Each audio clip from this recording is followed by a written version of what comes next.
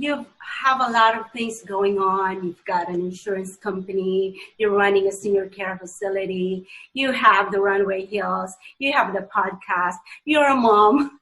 Where do you get all of this energy, from doing all of these things? Don't you feel overwhelmed? Mm-hmm. I think it's better to be overwhelmed than underwhelmed. So yes, I do, but I think in terms of strengths and weaknesses, I would consider, I think, prioritizing and multitasking as part of something that I have evolved to be quite good at. And how to do that. Okay, so first is being able to say no. I think there's truly the power of saying no, especially in the stage in my life.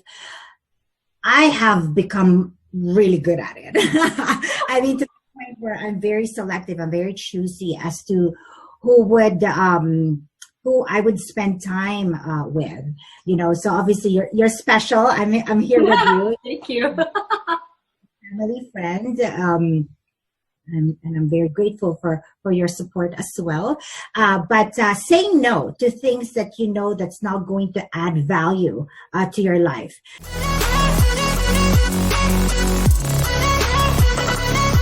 I think as Filipinos, we are quite, as a culture, been more, I wouldn't say, some are still very submissive, but very, for the sake of being really kind, because I think by nature we are all, very kind people.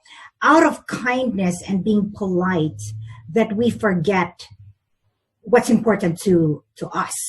And I think we have to not lose sight on what is important to you. So you're the one, yourself, your shadow, and your echo. You have to really safeguard that time, to know, have a clear picture on what you want to accomplish. And if you're nowhere near there, or something gets in the way, that it's not part of the plan. Therefore, you say no. So number one, so the power of saying no. And second is really enjoying what you do.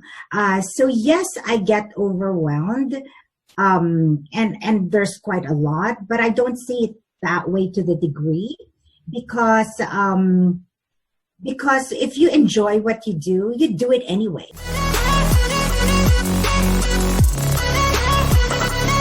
So it's like if your work is golf and you really like golf, right? Then it's not work. You're enjoying what you do. So I think that's key, to really know what clicks with you, as a human being. And if you enjoy it, you follow your passion, you follow what gives you joy and true bliss. And if that is the case, then even if you have to juggle so many things, it's not torture. It's more like, you still have a smile on your face because you really enjoy it. And the same thing with this podcast, I really enjoy the interaction. I really enjoy the learning, and the whole dynamics of being out there and being able to spread your message and have that voice that you could give to whatever causes that I think are important. So that's second. And third is, I think I'm also very good at compartmentalizing. I think it's important to be able to understand what you need to really focus on.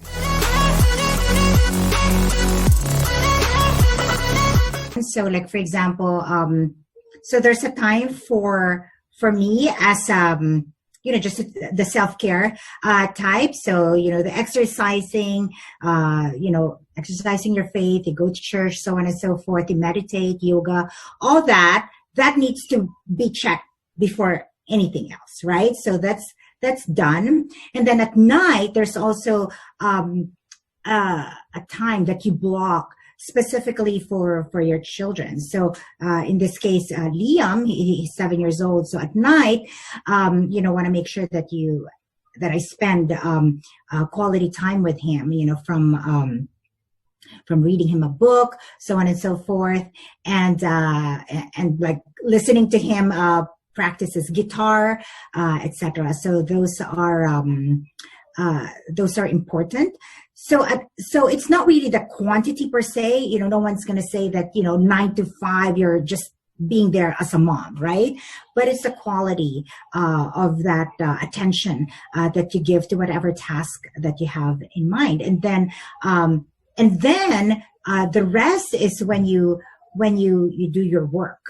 So from other things that you have to juggle, from client meeting to whatever else that you have to take care of for your livelihood.